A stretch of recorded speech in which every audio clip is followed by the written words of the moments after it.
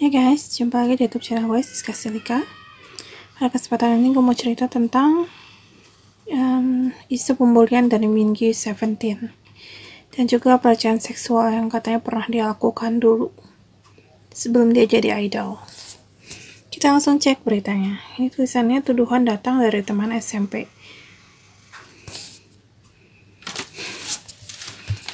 Mingyu 17 bantah isu bullying, muncul tuduhan pelecehan seksual.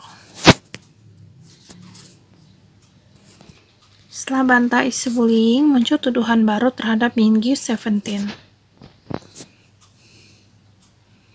Si Mingyu ini ganteng loh, terutama hidungnya cetar.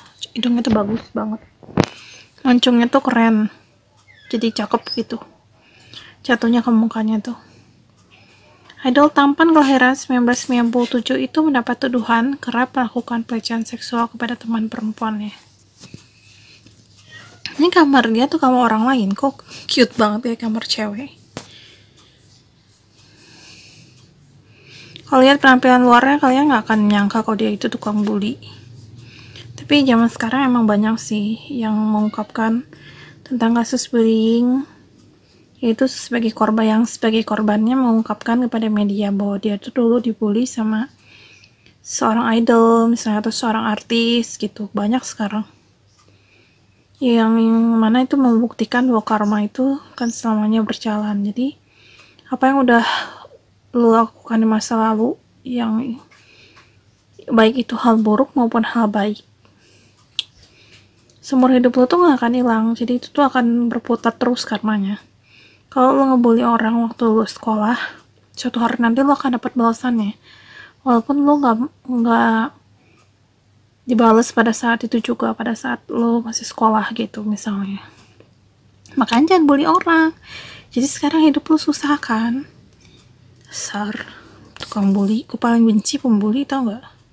Soalnya gue juga dulu pernah dibully dan rasanya gak enak banget emang. Korban yang satu SMP dengan Mingyu itu pun membeberkan bukti sekaligus menunjukkan peta rinci kelas mereka. Jadi itu yang dibully itu anak cowok ya, yang diceritain di sini. Nah, inisialnya tuh Z. Z mengklaim jika ia menjawab pertanyaan secara sukarela, Mingyu selalu mengajaknya dan mengatakan, apa yang kamu tahu? Maksudnya gini, si Z itu misalnya ada guru nanya, ada yang bisa jawab pertanyaan ini? Terus si Z itu dengan sukarela angkat tangan jawab, terus si Mingyu langsung ngejek, emang lo tahu apa sih? Emang kayak lo pinter aja lo, kayak gitu. Emang sih itu udah jatuhnya bullying. Dan katanya tuh ya si Mingyu ini tuh bergabung ke dalam kelompok bully. Jadi kalau di Korea itu ada kelompok bully yang terdiri dari beberapa orang yang semacam membentuk geng gitu. Dan mereka tuh katanya suka membuli si Z ini secara verbal. Jadi kayak ngata-ngatain, ngejek-ngejek gitu. Terus pernah lempar tutup botol soda ke orang ini, ke si Z ini. Terus sering malak juga katanya. Jadi uang jajannya dimintain paksa sama Mingyu dan teman-temannya gitu. Selain itu, Z juga menyebutkan bahwa Mingyu adalah bagian dari kelompok laki-laki yang suka membuat lelucon seksual di kelas. Nah, kalau soal ini tuh gue baca di sumber lain, katanya tuh Mingyu tuh sering mengatakan lelucon tentang rambut kemaluan cewek gitu. Jadi kayak jembut gitu. Gak tau sih rambut kemaluan cewek apa cowok. Pokoknya dia sering bikin lelucon tentang rambut itu. Kayak teriak-teriak ngomongin soal itu, terus dia gambar rambut-rambut gitu di kelas. Di papan tulis di depan kelas ya gambar itu kan jijik banget ya, kayak masa idol tapi kelakuannya dulu kayak gitu sih, nggak pantas banget gitu kan.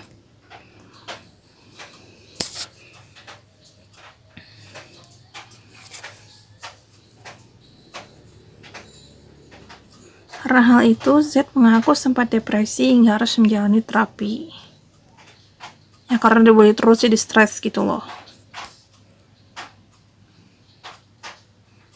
Orang yang dibully itu bukan cuma stres pada saat itu juga, tapi bisa ke bawah terus ke kehidupannya selanjutnya. Misalnya tuh orang dibully SMP atau SMA, ntar pas udah kuliah, udah kerja, udah berkeluarga, masih terus bawaannya tuh ada. ya keperasaan minder, terus gak bisa deket sama banyak orang karena takut dibully, atau jadi mentalnya lemah, begitu gertak sedikit takut langsung nangis, langsung breakdown kayak gitu loh. Korban bully biasanya kayak gitu. Dan depresi juga nggak akan bisa sembuh dengan begitu aja cepet, tau nggak? Depresi itu nggak bisa disembuhin, bisa seumur hidup. Jadi kalau misalkan udah jadi korban bully terus depresi, itu tuh bisa kebawa selamanya gitu di hidupnya orang itu. Makanya bullying itu sangat buruk dan jangan sampai kalian melakukannya. Awalnya Z tak ingin membagikan kisahnya, namun ia memutuskan membagikannya karena banyak yang melindungi Mingyu dari tuduhan bullying. Karena kalau artis, biar gimana pun jeleknya, pasti agensinya ngelindungin dia. Kenapa?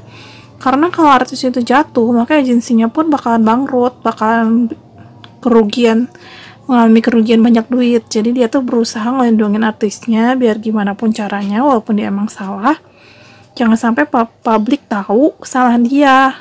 Dan biar gimana caranya, berusaha supaya si tersangka ini malah dijadikan korban gitu loh. Maksudnya si Mingyu ini tuh tersangka, tapi seolah-olah ntar dia yang dijadiin korban pencemaran nama baik misalnya, atau dibikin gimana skenarionya supaya dia tuh sebetulnya nggak bersalah, selalu kayak gitu deh. Jadi buruk juga sih yang namanya sistem idol di Korea tuh, soalnya kayaknya idol tuh bebas ngelakuin apa aja, masa lalunya bisa seburuk apapun, tapi mereka tetap bisa bebas ini loh, gak ada konsekuensinya gitu loh. Itu buruknya sih. Ini yang siapa sih, James Cameron ya kalau nggak salah.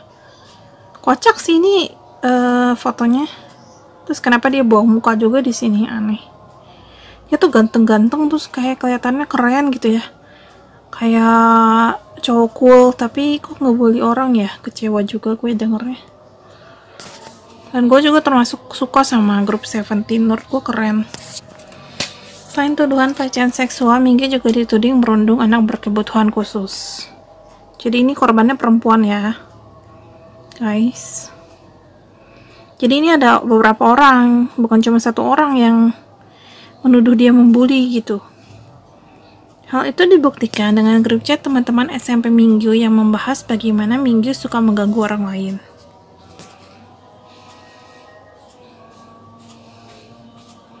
Ntar ya tulisannya, nah ini. TWW Sexual Harassment and Mental Illness. Oh ini apa? Pelecehan seksual dan penyakit mental.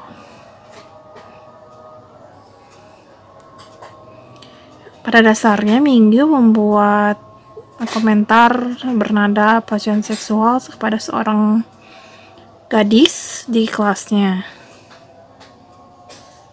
dan memberitahu semua orang tentang hal itu di Hakwon, tentang hal-hal yang menjijikan tentang perempuan itu, tentang keburukan perempuan itu, dan dia harus menjalani terapi karena hal itu, karena sampai segitu buruknya. Tulisannya itu artinya. Kan ganteng banget ya si Mingyu ini. Itu tipe cowok gue banget, dan gue yakin kalian fans-fansnya Seventeen juga pasti banyak yang tergila-gila sama dia karena dia tuh ganteng kan. Terus juga Seventeen kan cukup terkenal sebagai boyband, tapi kecewa banget sih begitu tahu kabar ini. Tapi ini tuh udah tahun lalu sih dikasih taunya. Ya gitu, dia tuh pas sudah dituduh bullying dia jadi hiatus gitu, kayak vakum sementara gitu.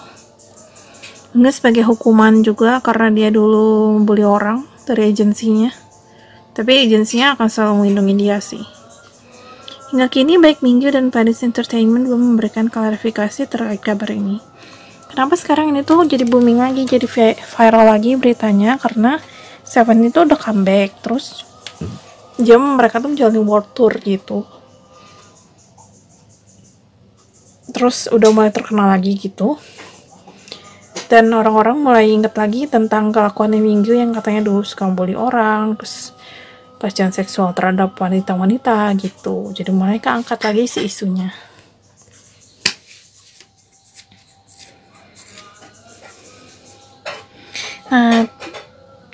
Oh ini udah, Minggu 17 bantah isu bullying, muncul tuduhan pelecehan seksual, itu beritanya, judulnya. Nah terus tuh gue mau bahas lagi, ada satu lagi yang lumayan parah juga ya. Jadi ada satu isu pelecehan seksual lagi yang Minggu lakukan, yaitu tuh dia tuh waktu mau tampil acara musik di TV, kan ada staff dari TV itu perempuan. Terus kayaknya sih di Korea juga, nggak tahu di mana lah ya, nggak dijelasin di mana negaranya. Tapi tiba-tiba si Minggu ini datang di depan umum ini teh ya, di depan umum dia tiba-tiba meluk si cewek itu dari belakang, padahal kan bukan siapa-siapanya, bukan pacarnya, bukan fansnya, tapi gak ada angin gak ada badai gitu ya, ujuk-ujuk teh meluk cewek itu kan pelecehan seksual. Yang namanya pelecehan seksual tuh bukan cuma yang esek-esek ya, tapi lu nyentuh cewek tanpa izin dia tuh, itu tuh udah pelecehan seksual. Dan asal lo tahu, kalau misalkan lo cowok ya, terus lo manggil-manggil cewek kayak goda-godain, "Neng cantik, sini dong, sit kayak gitu-gitu, kayak priwit gitu-gitu loh, tahu kan? Sering ada orang kayak gitu kan, terutama kalau waktu pasar. Nah itu tuh udah termasuk pelecehan seksual, asal lo tahu aja gitu. Cuman kalau orang Indonesia mungkin belum tahu, nganggapnya itu hal biasa, tapi itu tuh kalau di luar negeri itu tuh udah termasuk kategori pelecehan seksual. Apalagi kalau misalkan lo tuh nentuh orang tanpa izin, kayak kasusnya si Minggu ini, itu tuh udah salah banget. Soalnya kan cewek ini ya, apa sih, harus dengan seizin dia dan dengan kemauan dia sendiri dipeluk sama orang. Kalau misalnya orang itu keluarganya atau pacarnya atau suaminya, boleh. Tapi kalau misalkan bukan siapa-siapa, masa nggak ujuk-ujuk meluk, ya nggak, aneh pisan tuh. Gue jadi senda pisan atau dasar ya gitulah. Jadi itu udah termasuk pelecehan seksual ya, walaupun kayaknya sepele gitu. Tapi ini sih dia nggak pernah mengakui hal itu.